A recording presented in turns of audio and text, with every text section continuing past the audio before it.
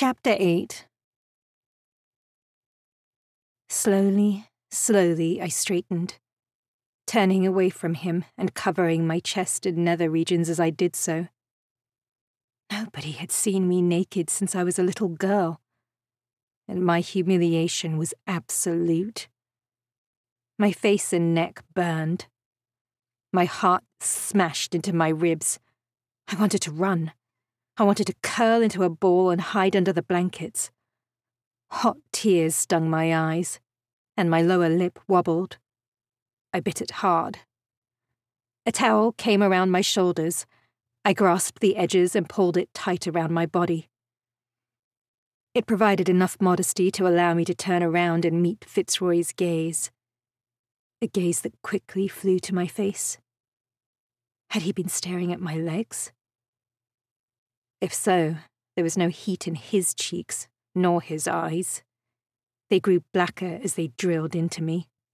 "You should have told me," he snarled. "Should I?"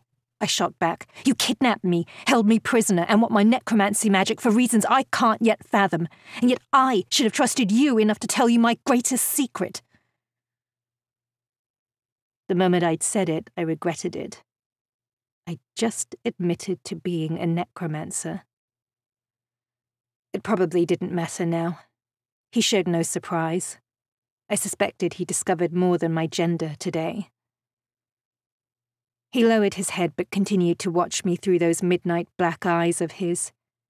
His chest and shoulders heaved with his deep breaths, and his jaw was set like iron. His unbound hair tumbled forward. He couldn't have looked more like the devil if he'd worn horns and carried a pitchfork. I tossed my head, flicking my wet hair back. I no longer needed to hide behind it. His eyes roamed over my face, slowly taking in the parts of me he'd not seen until now. I felt my blood heat again, and I prayed I could control the blush. Fortunately, his gaze met mine once more, and his fury returned. Indeed, he seemed angrier than ever. As was I. He may have discovered my gender, but he hadn't switched to acting the gentleman. He hadn't left me alone to dress. Did he expect me to do it in front of him? I couldn't guess what he wanted. All I knew was that he was furious with me.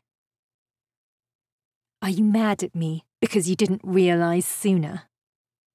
I smiled, but it was all teeth and no humour. The clever Lincoln Fitzroy failed to notice that I was a girl. How disappointed in yourself you must be. He shifted his weight, and the movement had me stepping back away from him, out of his reach. I'd said too much. He would surely force me to stop talking somehow. Yet he didn't come closer. To my surprise, the fury in his gaze dampened a little. His body was still rigid, however, and his hands balled into fists. "You're right. I should have noticed. But to be fair, you were very good, Charlie. Or should I say, Charlotte." I jerked my head to the side. Being called by that name brought back memories.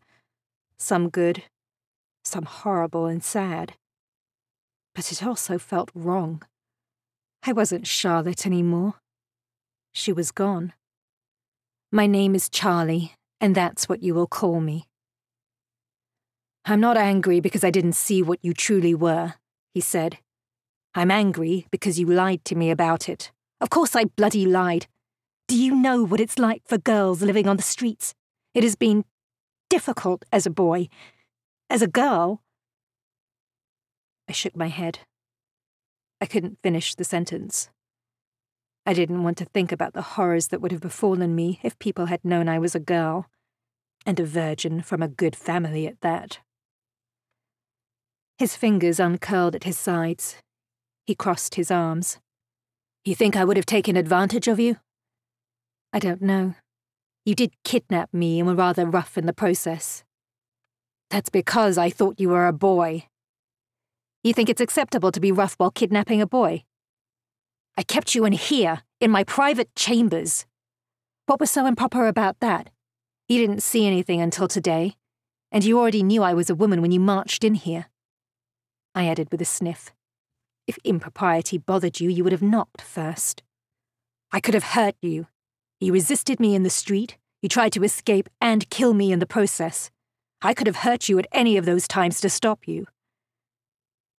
He lowered his face to mine. I do not like to hurt women. So my lie upsets your moral code. Ha! Forgive me for thinking you're a hypocrite, Mr. Death. His lips tightened.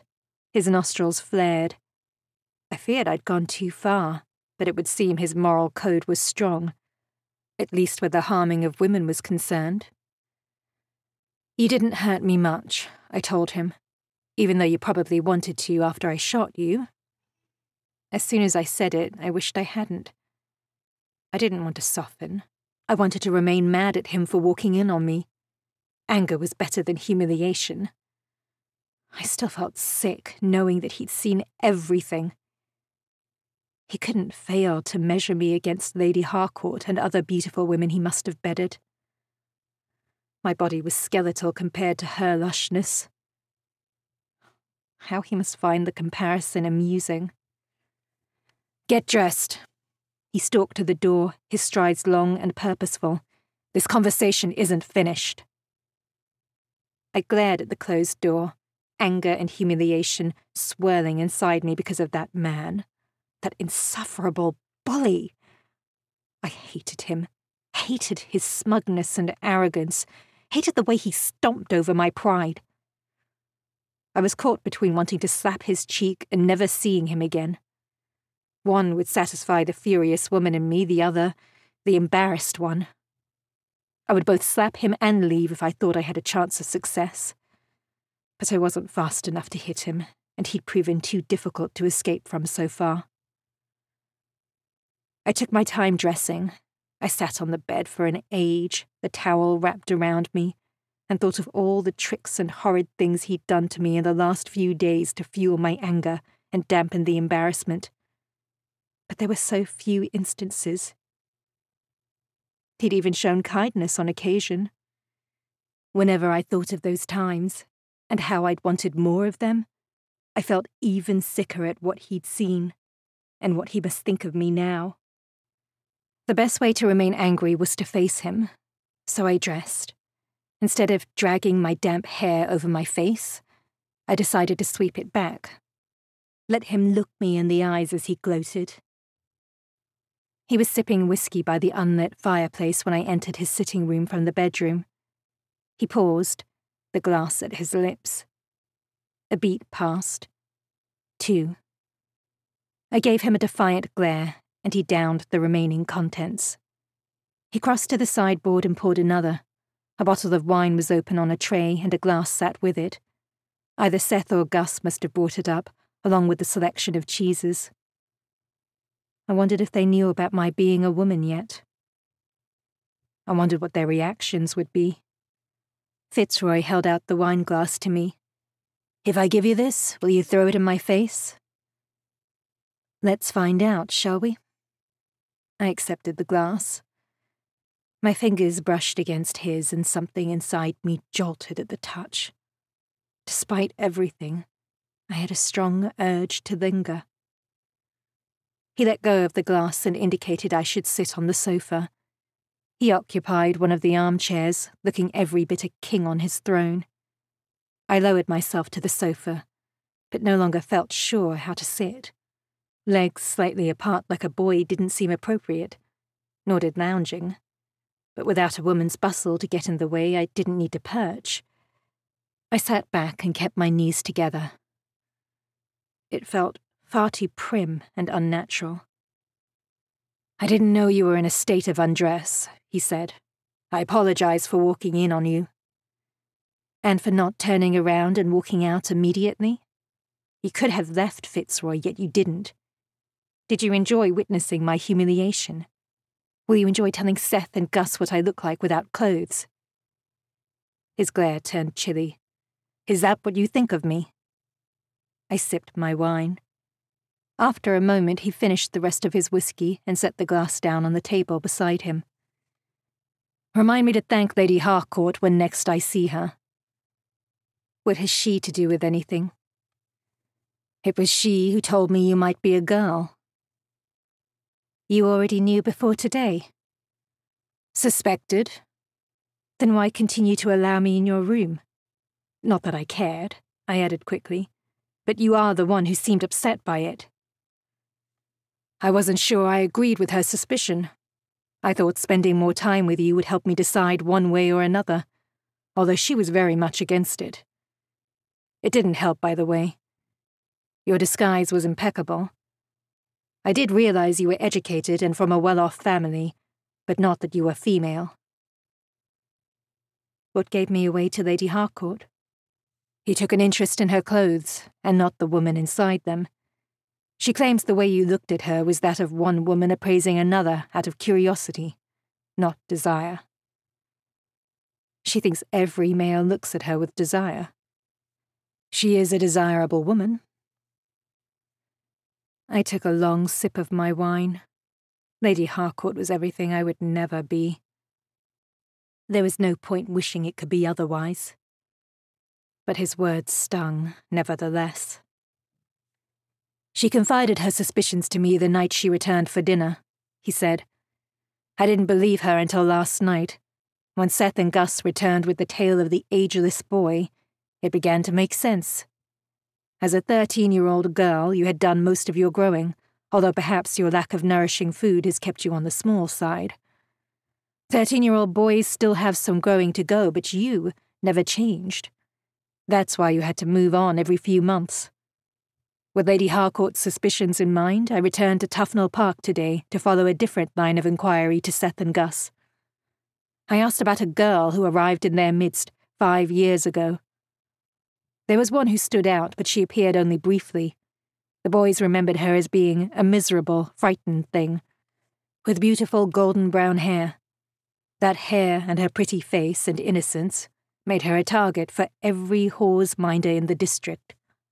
When you suddenly disappeared, they assumed you'd been taken and put to work. Or died. Clearly I didn't die. I hated how my voice sounded weak. I cleared my throat and sipped my wine.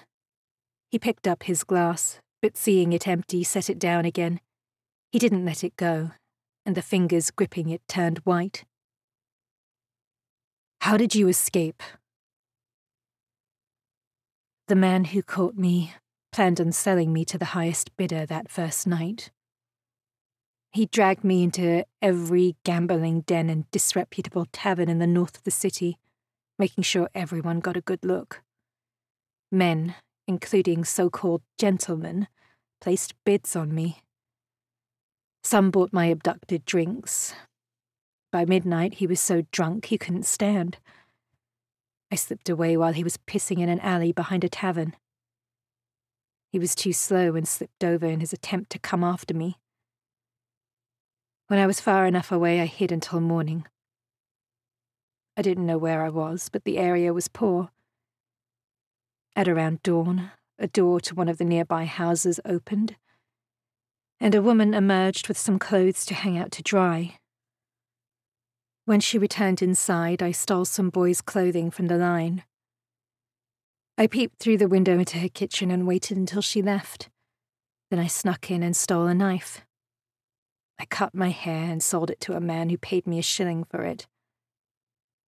I bought a loaf of bread, but instead of eating it, I found a gang of boys living nearby. I offered it to them in exchange for joining them. They thought I'd stolen it, and since they were always looking for good thieves, they included me immediately. None of them ever thought I was anything other than a boy. It's been hard for you, he said quietly. Not as hard as it has been for some. Or as hard as it could have been, if I hadn't disguised myself. What I told you does not leave this room. You do not tell Seth or Gus, Lady Harcourt, or any of the other committee members. Do you understand? I won't betray your trust. I wasn't sure whether to believe him, but I had no choice. So you know that I'm a woman, I said. What else? He drew in a long, measured breath. After I learned about the girl with the golden hair in Tufnell Park, I changed tactic.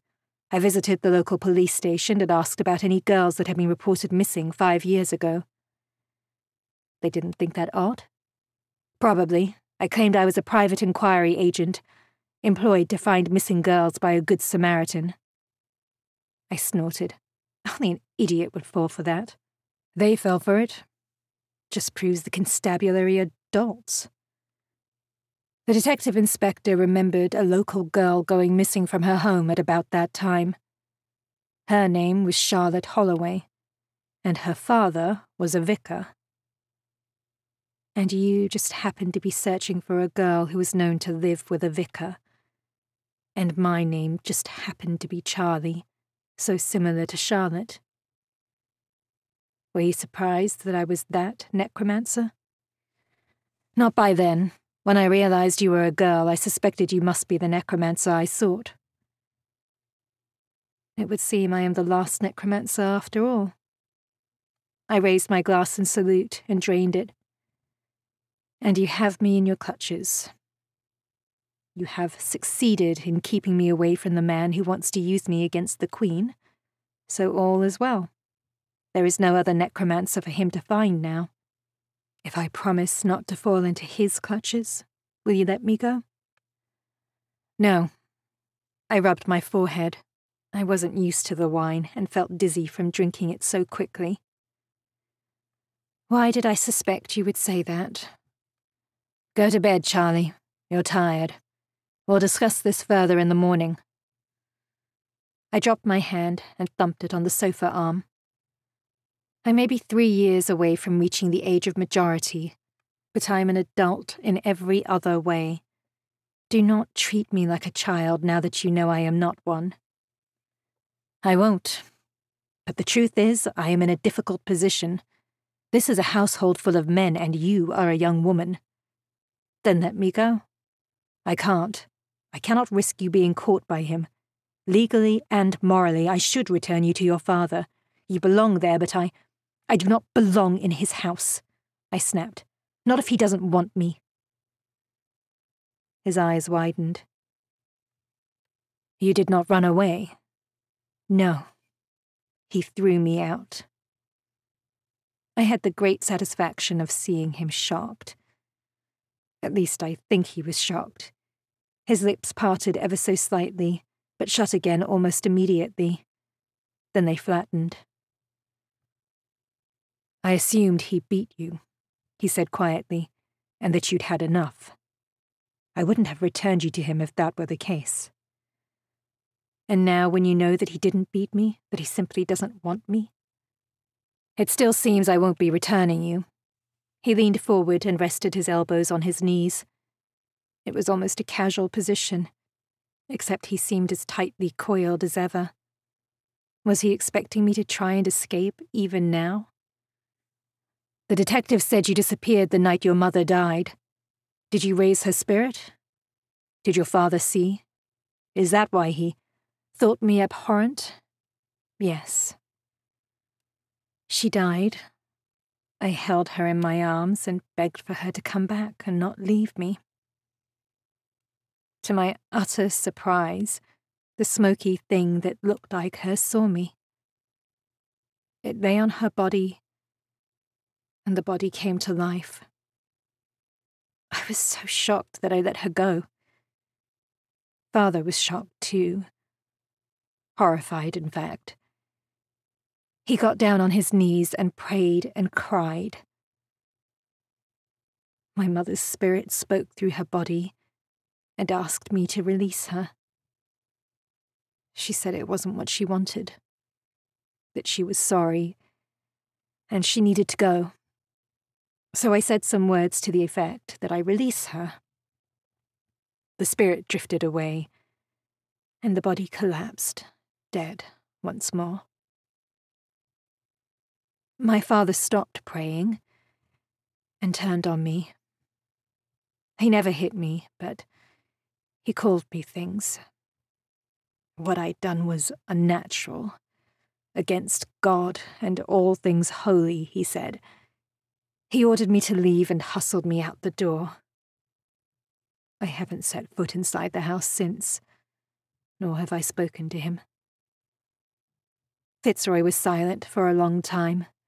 His fingers brushed against his top lip as he watched me. It was unnerving. I was just about to tell him to stop staring when he said, "Now that we know you are the only necromancer, we can proceed." "What do you mean?" "When I assumed you were a second necromancer, I was only concerned with getting to the girl before he did, the man with the initials VF. But now I know you are she. It's time to flush him out." I gasped. "You mean to use me as bait?" "Incentive. You were going to use an 18-year-old woman as bait to catch a monster." "You prefer I use a 13-year-old boy?" "This is not a joke." "I am not joking." I couldn't believe what I was hearing. He was as heartless as the man he was trying to catch. Perhaps I shouldn't have been surprised. Seth and Gus had warned me he was an unfeeling wretch. "You will be safe," he said. "You cannot guarantee that." His jaw worked, and I wondered if I'd insulted his manliness by bringing his ability to keep a woman safe into question. Oh, good. He could not guarantee such a thing, and it was arrogance to even think he could. "I won't help you, Fitzroy, and you can't make me." I crossed my arms over my chest in a somewhat petty show of defiance. "I understand your fear, Charlie. Do you? You're a necromancer wanted by a madman, are you?" I grunted. "Don't pretend to sympathize. You don't have a sympathetic bone in your body." He snatched his glass off the table and stalked over to the sideboard. He poured himself another glass of whiskey but didn't drink it. Instead, he set it aside very deliberately and prowled back to me. I swallowed heavily. He can't force you, Charlie. He can't make you do anything you don't want to. Except he could. He was strong enough and, dare I say it, ruthless enough to do anything. I wondered how far he would go to get his own way. I dug my fingernails into the armrest. "I won't work for you, but I won't give myself up to him either." "That's not enough. It has to be. I'm not offering more. Put me back on the street if you want. I don't care. I'll be safer there than if I parade myself in front of him." His eyes narrowed, and I wondered if he suspected that I'd seen the fellow. I'd yet to tell him anything about the doctor who'd visited Father. I wasn't sure whether I wanted to. He might see that as my agreement to help. "You refuse, knowing that the Queen's life may be in danger. I care nothing for a queen who doesn't lift a finger to help the children starving on her city's streets."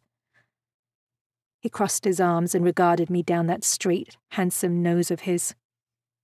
"I'm offering you a roof, food, clothing, and comforts. It may be summer now, but winter is always around the corner." "I've survived winters before. How many more years can you pass yourself off as a boy? It won't last forever." "I know that, and I'll adjust when the time comes. It's a lonely life, moving on every few months. Never allowing yourself to have friends. Do you want to be alone forever?" I leveled my gaze with his and tried very hard not to let him see that he'd rattled me. "Perhaps I'll offer myself to a kind man, one willing to protect me in exchange for keeping his bed warm." He leaned forward and rested one hand on top of mine on the chair arm, trapping it. He drew so close to my face that I could have kissed him. The traitorous feminine part of me wanted to do it. The other part of me wanted to smash his nose with my forehead. "I can protect you," he said, voice velvety thick and soft. In that moment, with his dark eyes boring into mine, his breath on my cheek, I wanted to believe him. I wanted to stay with him. I wanted to offer myself to him and keep his bed warm, and I would do it without the offer of protection, too. He suddenly let my hand go, releasing me. "You don't have to do anything in exchange except lure VF into the open." My breathing sounded loud in my ears, so I concentrated on steadying it before he saw how much his presence affected me. I want nothing to do with a scheme that puts me in danger. And don't tell me you'll protect me, I added as he opened his mouth to speak. Because why would you? Why do you care if I am alive or dead? You don't need me or my necromancy beyond it being a lure. In fact, my presence causes you problems.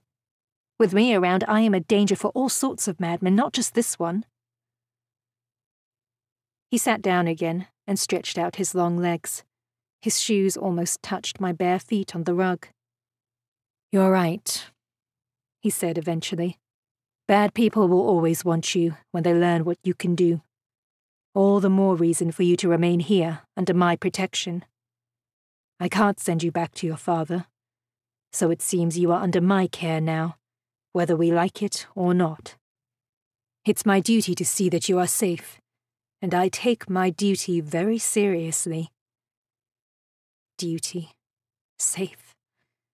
They were just words, easily spoken and easily discarded once I'd done what he wanted me to do.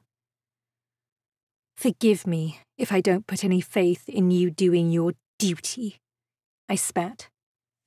I am not your father, Charlie, he growled. If I promise to protect you, I will. I pushed myself up from the sofa and strode to the bedroom door. I've had enough talking. We're getting nowhere. I suggest you look for other options, Fitzroy, because I am not going to help you. Before I knew what was happening, he'd grabbed my arm and spun me round. He loomed above me, his face set hard as granite, his eyes two black pits that went on forever. You don't seem to understand, Charlie. There are no other options. Let me make two things very clear to you. You will help me, and I will keep you safe. He released me, but the heat of his fingers remained on my arm. He strode to his desk, leaving me standing in the bedroom doorway with my insides in knots and my heart beating in my throat. With an almighty heave of breath, I turned and slammed the bedroom door closed behind me. I threw myself on the truckle bed and pulled my knees up to my chest. I hate you! I shouted at the door. He didn't answer.